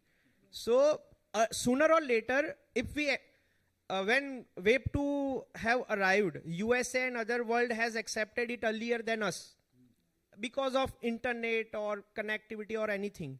So, as Rajni has said, we are facing some legal limitations in India. So, we would request government of India to not lose the Web3 race, because all bright minds who are developing Web3 are majorly from India, but they are developing outside of India. Yeah, in fact, India is the largest country. Okay, to provide the talent pool. I don't know, you'll be really surprised to see these guys. Okay, if anybody has not heard about Web3, but it is the largest country. Okay, in terms of providing the talent pool. Highest number of holders is in India. Highest number of developers from India. Highest number of projects launched and in C-level executives are from India. Yeah. So basically, if you see innovation. Okay, innovation is the key here. Exactly. Because not everybody would look it as a career. Of course, career is a great opportunity, but I think I also want to add to Shashank also, but just you want to finish anything? Or yeah, so if you are thinking about Web3 as a career, take it. If, as Harsh said, there are some scams in crypto or something, any industry who is settling down with the legalities, it will have ups and downs. If you talk about stock market in 1980s, there were a lot of scams. So we are early. So who has made money in stock market in 1980s? We think, yeah, we should have been that time, so we would have made money. Right now we are in crypto. If we would not make money, our next generation will say, yeah, our grandfathers and fathers had a time, but we didn't take that opportunity. I just want to add one thing what Yak said about the Indian brain. You must have heard the hi-fi blockchain, I think so. Yes. That is the first RWA tokenized thing. They tokenized whiskey. They tokenized whiskey, and the whole team is Indian. And the company is registered in USA. So please, Indian government, do something. All our talent is there. No, of course. I think regulation is something which is still in the draft mode, what I can see. But let's wait and see how it is going to be. So Shashank, like we now spoke about the Web3 career opportunities. There are different angles and different narratives are there. So what do you think from the innovator side? Okay, because there are a lot of innovators in Web3. Okay, they are coming with their own use case, utility. They're talking about Metaverse. They're talking about AI, artificial intelligence. I just got to know about the project Gladiator, and then you also are part of Diamond Standard. Okay, so how blockchain and tokenization is helping the innovators, the founders. Okay, so I mean, what is the landscape? What is the growth opportunities here? Okay. So the opportunities are endless. I'll start with a single line like future, like the progress will be like good and the future will be bright, but it will have, and like Yaksh already said, like we had some scams in the previous as well. So future will be having some dark spots as well, and that is going to happen. But yeah, we can't restrict ourselves to just to those things, like it is not right or like so yeah, all in all, like I can say like innovation is the key in every area. Like if we talk about any area, like we need to think differently. Like we have restrictions, right? In India, a lot of restrictions. Government is making it a bit hard for us. But at the same time, if we talk about, let's say, we take some examples like banks are taking the initiatives to create private blockchains. I mean, like we went to like JFF this year, and like there are a lot of talks about the forex transactions. Then JP Morgan and the NPCI is actually collaborating to create a like break the barriers of like to reduce the friction that is involved in the forex exchanges. So that is one of the thing. And apart from that, like if like he already said, like CBDC is completely based on the same ecosystem. So that is something like we need to look upon, like, okay, we have restrictions, but how we can overcome this? That is the innovative thing we need to figure out. Like, along with the restrictions, we'll have to think about it. Let's say, if I put it into context in a very simple way, like we had the same problem with us. Like when we think about, like, okay, now we have a thing that we have to develop. Let's say, like we need to make diamond as an investable commodity. But at the same time, the problem comes in that when we tokenize them, we'll have to make it as a currency sort of thing. And then we'll get involved in the legalization as well as the FEMA thing. And that will actually becomes a barrier for us, a big barrier. So at the same time, that commodity thought came to our mind, but then over the period of time, we think about, okay, we can make it as a commodity. That is not a currency. So now it becomes a commodity, so no FEMA and the legal authorities can ban us. And we can easily available into the current ecosystem in India as well, and as well as we can deal in like across border as well. So as we can see, like Carrot, like the token currency that we have in the Diamond Standard is currently available in the exchanges as well with all the legal possibilities that we have implemented. So that is one of the things we all need to understand, and we all need to figure out. I mean, like we can request to government, but yeah, at the same time, like we can't just depend on them. Like yeah, keep requesting at the same time. So both ends. Yeah, correct. So yes, I think we have to really wait and watch. Okay, how is the final regulation is going to be? But at least we have some tax already. Okay, there are taxation policies which has already been implemented by the government for any profit or loss. Okay, I think that is something which they are clear. So they are not openly saying no. Okay, they are not openly saying no. They are. Yeah, it's going to take some time. Okay, it's going to take some time to even our community to accept it 100%.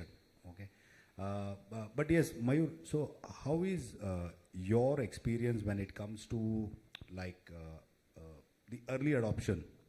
Okay, so do you think early adoption is the game here in blockchain?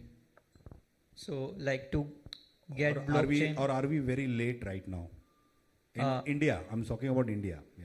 Yes, definitely we are late because from the developer and from the talent perspective, we are having like this initial brain drain where people who are building in Web3 are getting out of India.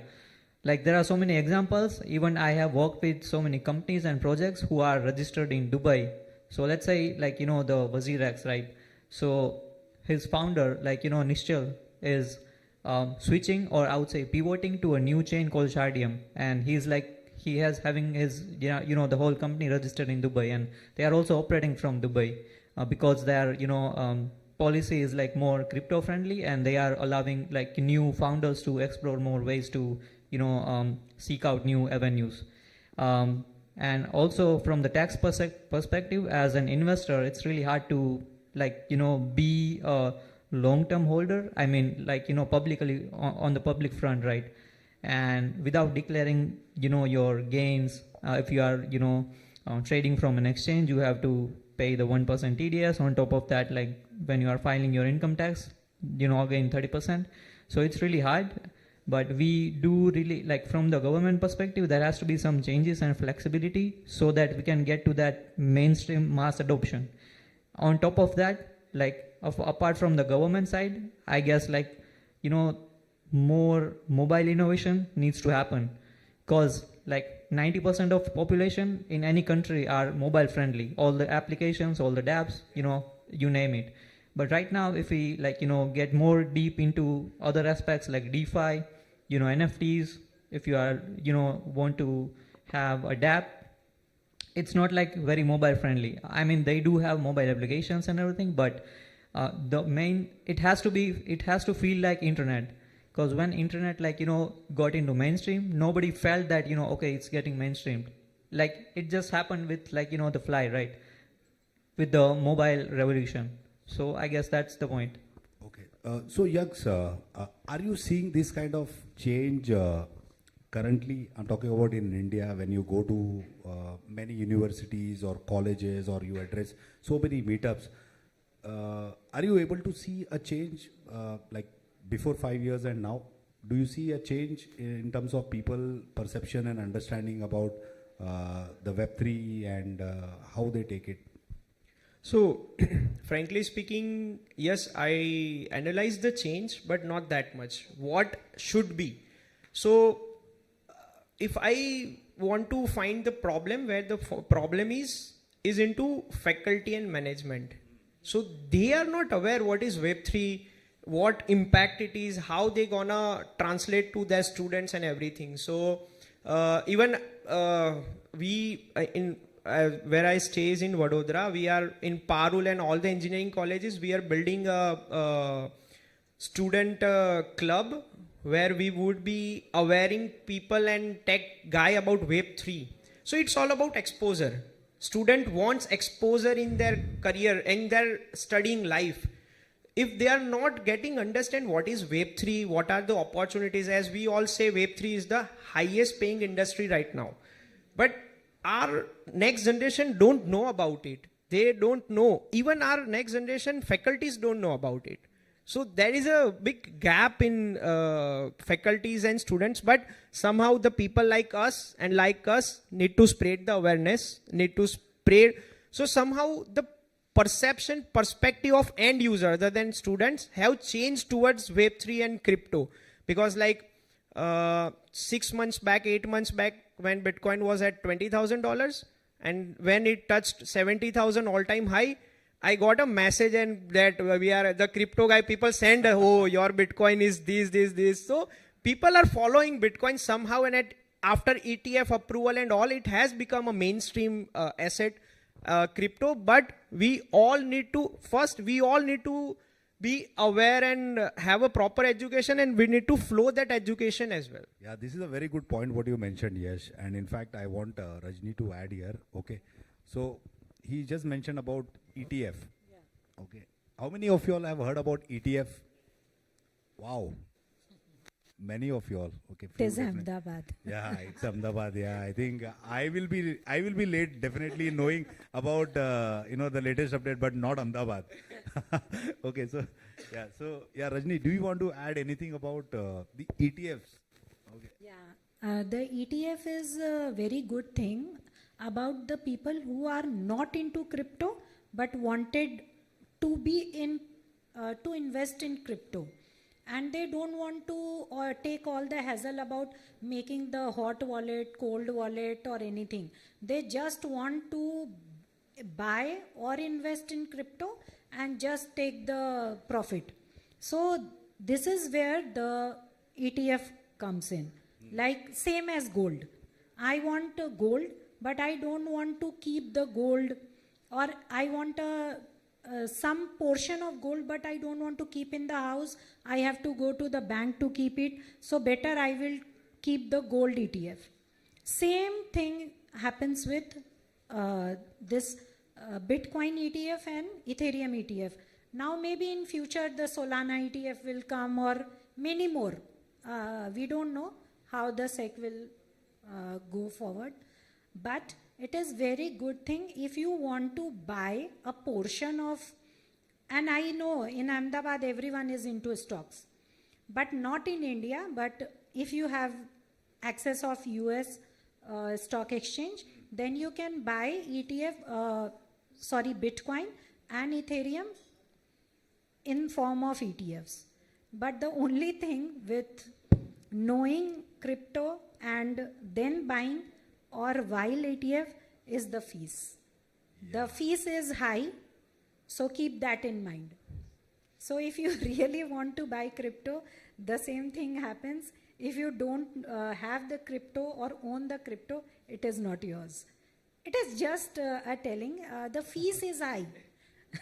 That is what we are always calculating, how much we make the profit. Yeah. I think you really explained ETFs quite well. Well, you know, in like there are BTC ETFs and Ethereum ETFs, and in future there will be many. Can you, like Shashank, would you like to give like short about what created the hype of ETFs? What created the hype of ETFs? Before even we have this hype of cryptocurrencies or Web3, why suddenly like it's a hype now? ETFs. Who and what is the who are the players behind this ETFs? So basically, what I can look so far, like as per my understanding, I might be like not completely aware about it. So in general, what I can say is like US government like sort of like trying to accept the blockchain and its currency, let's say all its entities, or they are not supporting it in other ways as well. So they are trying to found a, let's say, a bridge between both of the let's say anomalies or the theories right now. That's where this ETF thing is actually came into the picture. That's what they are thinking right now. And if I like again like if I try to put an example along with that, like we have talked about like USDC, USDT. If we talk about, let's say, USDC is actually backed or like is an equivalent of like US dollars. But eventually the real value which is backed by USDC is actually US Treasury bonds, and is completely managed by the BlackRock, the asset management firm. So ultimately, government is trying to like control that thing, which is like trying to avoid the variable thing that is happening with that. But at the same time, like in some cases where they have like unknowns and anonymous things, so they're trying to avoid those things as well. So this how like ETF is one of the, let's say, effort by the government, by US government, not I guess in India right now. Yeah. Only 7. So that's what like I think US trying to achieve with that ETF. Yeah, I think you just mentioned about BlackRock. So Mayur, you want to add anything here? Yeah, definitely. We just addressed the elephant in the room, because we have to accept that we are living in a capitalist world. Like everything comes down to one single fact, which is making money or either losing it. Because like, you know, I've been doing some really deep research. I've been using some tools like on-chain tools, like, you know, measuring all the activities and like where actually the financial flow is like it taking place. So there are two major players. First is definitely BlackRock. I mean the investment firms like, you know, BlackRock, VanEck, as well as Fidelity Investments. And, you know, there are other names as well, which are from the USA. The other factor is the Southeast Asia and especially China, because, you know, if you compare both of their, I mean, there's this concept, like, since we are talking about the financials and like, you know, why the interest into the ETF have like spiked. The first thing is because like BlackRock and the other investment firms have actually realized that the, you know, liquidity is, if we don't control this, you know, the whole narrative, then, you know, we are going to be dried out by the other, let's say, either the countries, either the governments, or either, you know, potential investors. And China is like really, I would say, smart when it comes to like, you know, making decisions about where to like, you know, navigate their whole financial situation. Because if you have heard about this guy, his name is Ray Dalio, and he has given this, you know, principle. It's called changing world order. So what happened is like, from the 1960s until 2010, like everything that, every major event, every major innovation, every major technology that happened in the USA. Either it could be like, as silly as, finding out about the UFOs, or let's say, inventing technology like internet, the computers, the silicon chips, everything like, in terms of technology that happened in the USA. But right now that order is changing, and it's, every new innovation is taking place into China or either, Asia. So that's why it's just all like, the competition game, and they just want to like, the big players want to control like, the narrative. So that's why like, the investment, they basically created this, artificial hype around the other investors who don't really know about like, the fundamentals of the Web3 and, all the digital assets. So I guess that's what I think. Okay. Yeah. So like you mentioned that, it's like an elephant in the room. Okay. So yes, what do you think? We spoke about BlackRock and even other entities like JP Morgan, even they are also coming into ETFs. Okay. And there are many, many popular ones now. So do you think these are the same giants of Web2? Like which we have like Facebook or Google, or people have this misconception? No, that's true. So actually, if you understand the Bitcoin white paper, and then when you listen about the Bitcoin ETF, you will understand both are contradictory. Bitcoin is all about decentralization, and here through ETF we are going to centralization, which government gonna control. So technically it's a contradictory actions, but somehow it brings more liquidity into the system.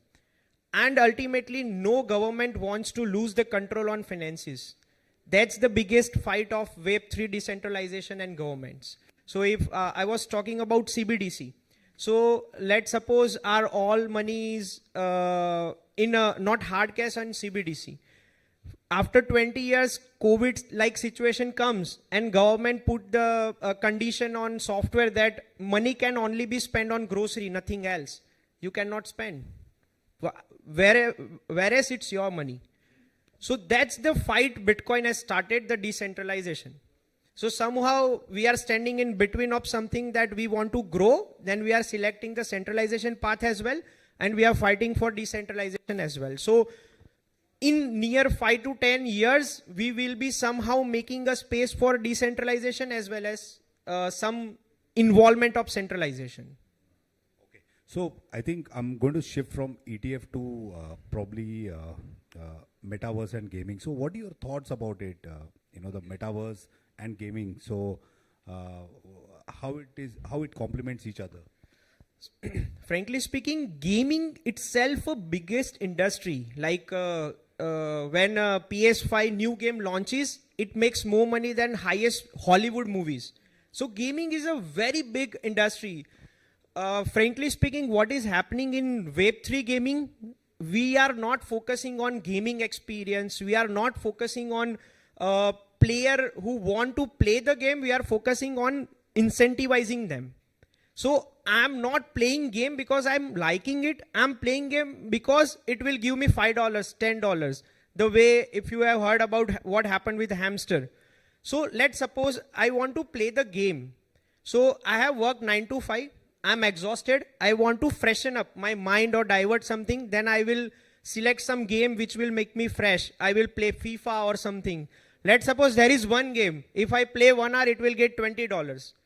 After getting exhausted, I will be focusing on getting freshen up or $20. So in Web3, we developers need to understand gaming experience is the key. That game gonna survive long.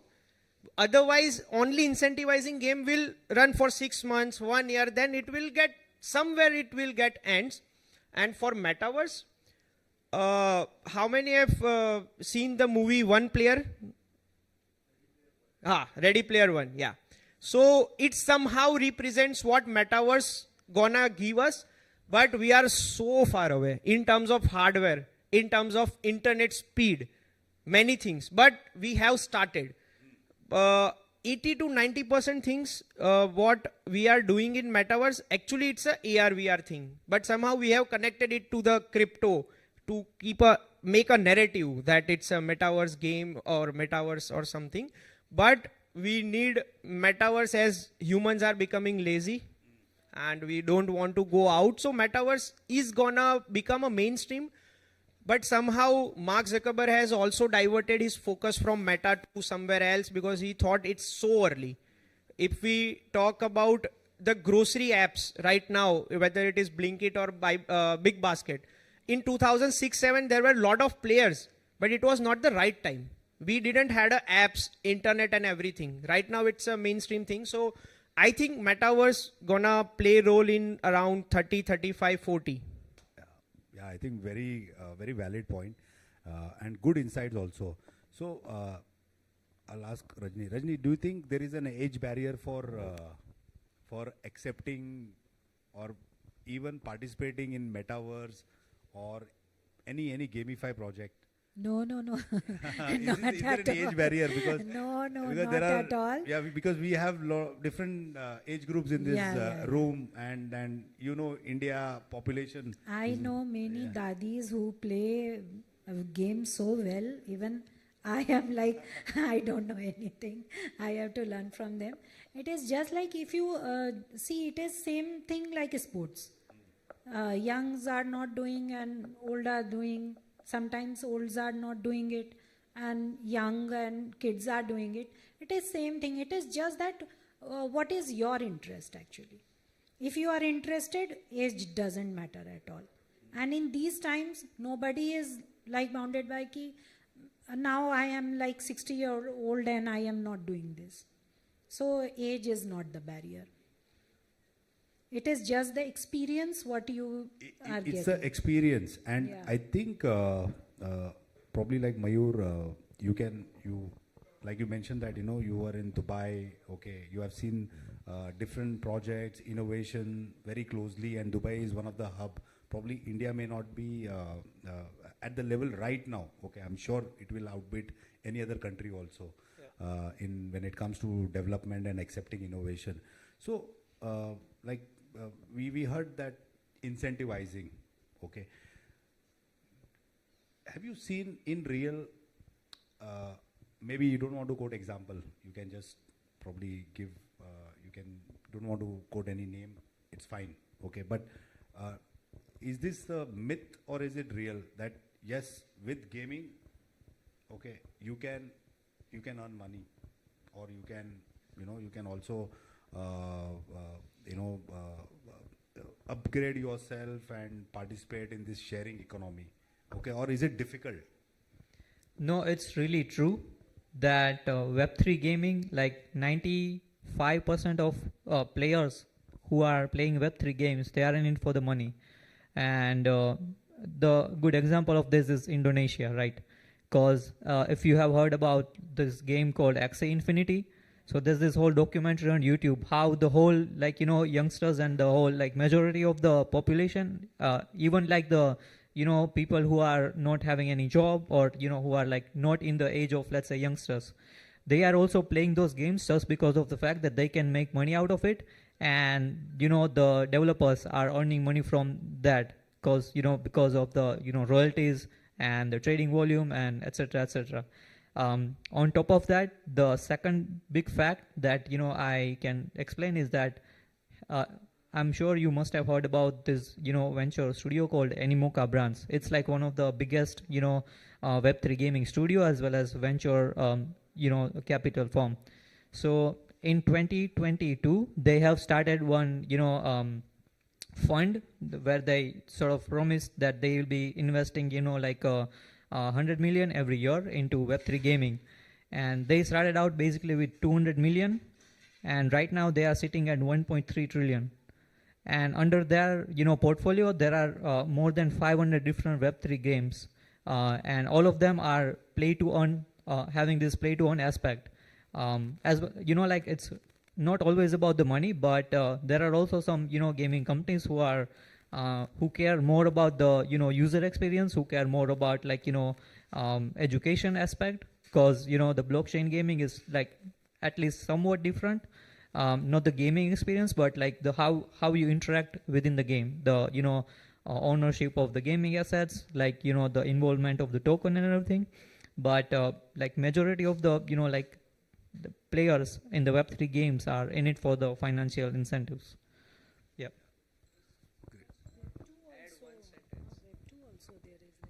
So those gaming developers who gonna focus on gaming experience with incentivizing, those gonna win. Yeah. So how many of y'all are into gaming? How many of y'all? Gaming. Okay, nice. Rest, you have not played anything like Web2 games? How many have played Web2 games on mobile? On mobile, you must be playing everyone. Okay, Candy great. Crush, Candy Crush. Ludo, I think very famous. So, like, where do you see the growth, Shashank? Do you see India is also growing in terms of gamify sector? Yeah, totally. Basically, like the area has been evolved a lot. Now we are just not talking about like the games, like NFS and like Counter Strike. Now we are talking about the edu content as well. The educational thing is also being gamified. Like we can see in our day-to-day lives, like the younger generation is learning things in a much more interesting way. So that is one aspect of gaming. Like in every aspect of life, we are seeing the content as being gamified to present the thing in a more interactive way. So yeah, it totally like worth it. And let's say we can think about like new horizons as well. Like everybody is like innovating in the gaming experience. So like everybody has said, like experience is the key. But yeah, along with that, like we already talk about like a lot of Candy Crush and Ludo, chess. Yeah. And then like you mentioned about Indonesia.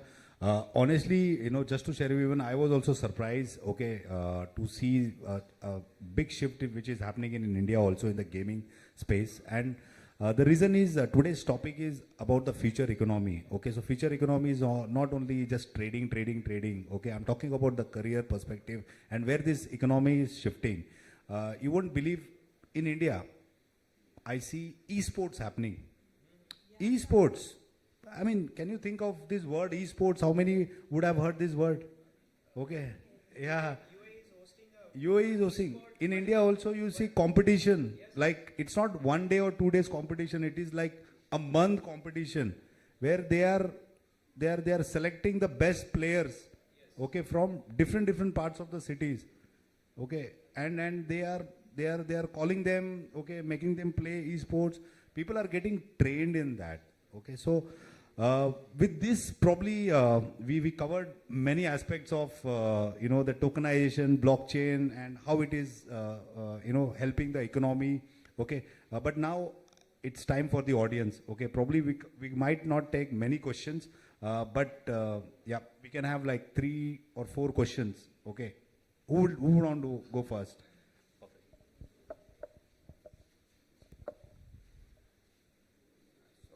We are taking all the positive scenarios, but I think there may be some threats also. Like if you are allowing currency to across borders, so there may be a threat like terror funding or something. So do you have any thoughts over there? That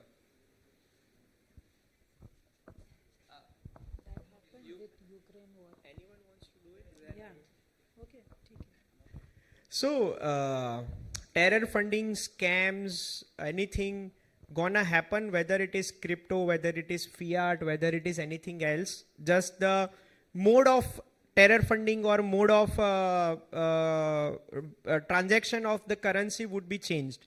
So if scam happens in crypto, we blame crypto. We start blaming crypto. But every day, Indian rupee scams also happens. So scamming is a different thing, and the mode we are using is a totally different thing. Yes, but we all need to agree, as it is a decentralized, there are more chances of getting scammed or anything. Even I have faced many incidents when I have paid and then they blocked me, and many incidents. So it's all about awareness. We all need to be aware what steps we need to take and what precautions we need to take to not get into more scams or something. in this industry. But yes, we cannot disagree with the fact that it is easy to scam compared to fiat or something, and as it is not that traceable, if we transfer in Web3 wallet or something, then we need to double check that.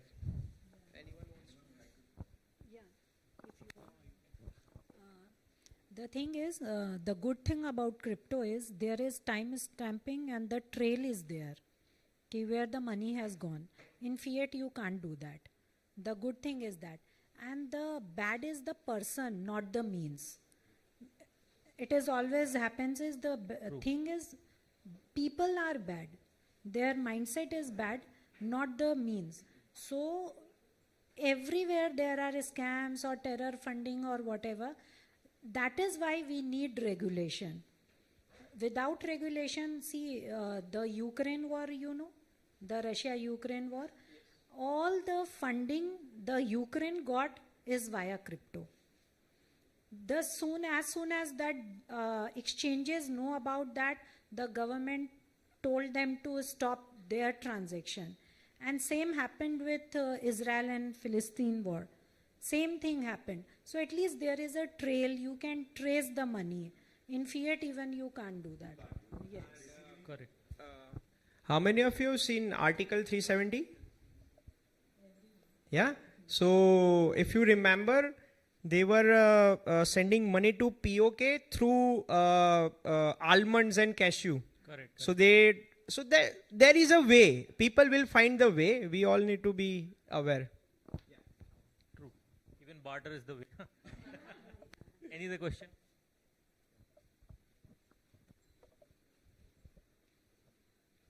One question to Mr. Saxena. Like you are told about the NPA and tokenization or Bitcoin blockchain to the NPA accounts, because I am a lawyer. I deal with the bank, and I also want to know how the NBFCs now NPAs are increasing. So how this can be connection between this and companies with NPA and the blockchain maker or tokenization and all this thing. So basically, like what bank does is, like whenever they have a threshold of NPA, they actually try to sell their NPAs at discounted rates to some other firms. So that is what happened actually right now with each and every bank. They have to disclose their NPAs, and once the threshold is crossing, RBI force them to keep it down. So what we can do with this use case is, like right now it's a traditional route, like government has them regulations, RBI has some regulations, so you can sell those NPAs to some certain regulatories or some certain banks, and nobody is going to pay the 100% amount. So let's say if we are talking about, let's say HDFC Bank is having some NPAs outside India. So there are regulations that we have seen, apart from Indian regulations, the cross-border regulations comes into the scene. Once it can be established with a blockchain network, which is a decentralized thing that we are talking all together. So once it comes into the blockchain system, it has to be tokenized. And that token can have some regulations, but it will be less frictionless in compared to the traditional routes. So that's where the benefits comes into the picture. So the HDFC can get less discount, can sell their NPAs at less discounted rates. So they'll get more money. So that is win-win for everyone in certain ways. I understand. Sorry question. Are there such liquidators in the market right now doing such thing? Right now, to tokenize the debt is something which is happening on the papers right now. Some big, let's say, asset management firms are trying to implement that. But it is right now on the debt level. Tokenize the debt. Tokenizing the debt. Okay. Any AMC names? We can talk it. One of them is JP Morgan, okay, which is mainly working in Europe, or some of them Credit Suisse is also trying to implement that thing. All right. Thanks. Thank you. Any other question? Okay. Yeah, this is the last question. So, hello. Yeah.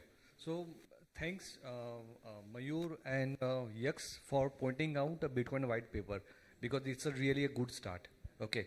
So my question is, you mentioned a Bitcoin white paper, so Bitcoin as a payment gateway, but you emphasize on a Bitcoin as a commodity, Bitcoin as a as an investment option. So what is your your honest take on that? Because what I see, Bitcoin is a payment, not as an investment, and that is how Satoshi Nakamoto has written it, right? So what's your take on that? And as far as government is concerned, we have UPI. This is the finest in the world, right? So that's why my question comes: how you see Bitcoin as a payment mode or as a commodity? To understand that, we need to understand our history. So before having fiat currencies, what was the we have started as a barter. Then we started using gold coins as a currency. At that time, no one was thinking about a gold coin as a commodity. So gold was, I'm giving you one coin, I will be getting something else. But it is a limited, it has its value, it has its uniqueness. That's why with the time, gold has getting appreciated. So that's what exactly happening with the Bitcoin. So Bitcoin is a decentralized currency where we will be able to do something else. But the way Forex people earns the money by arbitraging the currency, that's how FTX founder has earned his fortune by arbitraging Bitcoin through USA to other country. So Bitcoin is not an instrument, investment instrument. It's a payment instrument, but somehow it has a very good appreciation. So people are using it as an investment instrument. Like everyone in this room, as we are Indian and even maximum are Gujarati, we would be holding gold. So gold has become the valuable commodity. That's the way Bitcoin will be. So somehow, if I personally say what I am thinking, after 10, 20 years, Bitcoin will not the instrument of payment the way gold has changed, and Bitcoin will become an instrument of investment. Any follow-up question? So I personally work with a fintech, so I know what we are discussing right now. So like you emphasize on a Bitcoin as a commodity. That's how my question came, right? So personally, I don't emphasize, but it gonna happen that way. That I'm correct. Right. So, but we are right now, this is I consider this a educational kind of information. Absolutely. So, right. So we need to emphasize people that this is not that way right now, because like you rightly mentioned that there are so many scams happening in the crypto. Absolutely. Right? Okay. My this is not a follow-up question, but I just want to correct something over here. India is adopting blockchain and Web3 both, but just remove crypto part of that. Yes. In fact, he is my friend, and we have just done a POC with Ahmedabad Municipal Corporation for TDR certificate in a blockchain. Awesome. Right. So my point is, yes, we are adopting a blockchain, we are adopting a Web3, but just remove the crypto part of it, right? We are adopting a tokenization. In fact, TDR certificates was a tokenized asset, right? Just remove the crypto from the use case, and then government will approach you. You can easily do those things. So that's my point is. So as I mentioned earlier, Web3 is not crypto. Crypto is just a part of Web3. If you guys are aware or not, have you heard about SMS DLT? So whatever SMS you receive, like if you got SMS from Bank of Baroda, so BOB, BNK, 6 character. So before 3 years, government had started storing that on Bitcoin. On blockchain. So government is using blockchain in many way. But yeah, so it's not that's what I have said. We all need to understand whether you will become a user of blockchain or not. You will indirectly gonna use blockchain in 10 years. So it will become a mainstream, whether we adopt directly or indirectly. And as you mentioned that it's an educational purpose. So if you guys want to invest in crypto, Bitcoin is the safest investment other than other altcoins. But I personally not advising to invest in anything. Please do your own research. Understand, like if you want to invest anywhere, don't go with the flow. Understand, take your time, get the knowledge, and then start investing with the small amount.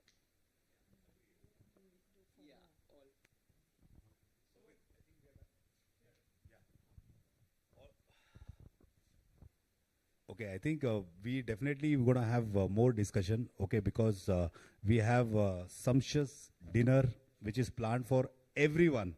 Okay, so please, I know you would be having some important meetings or your personal plans. It's Saturday.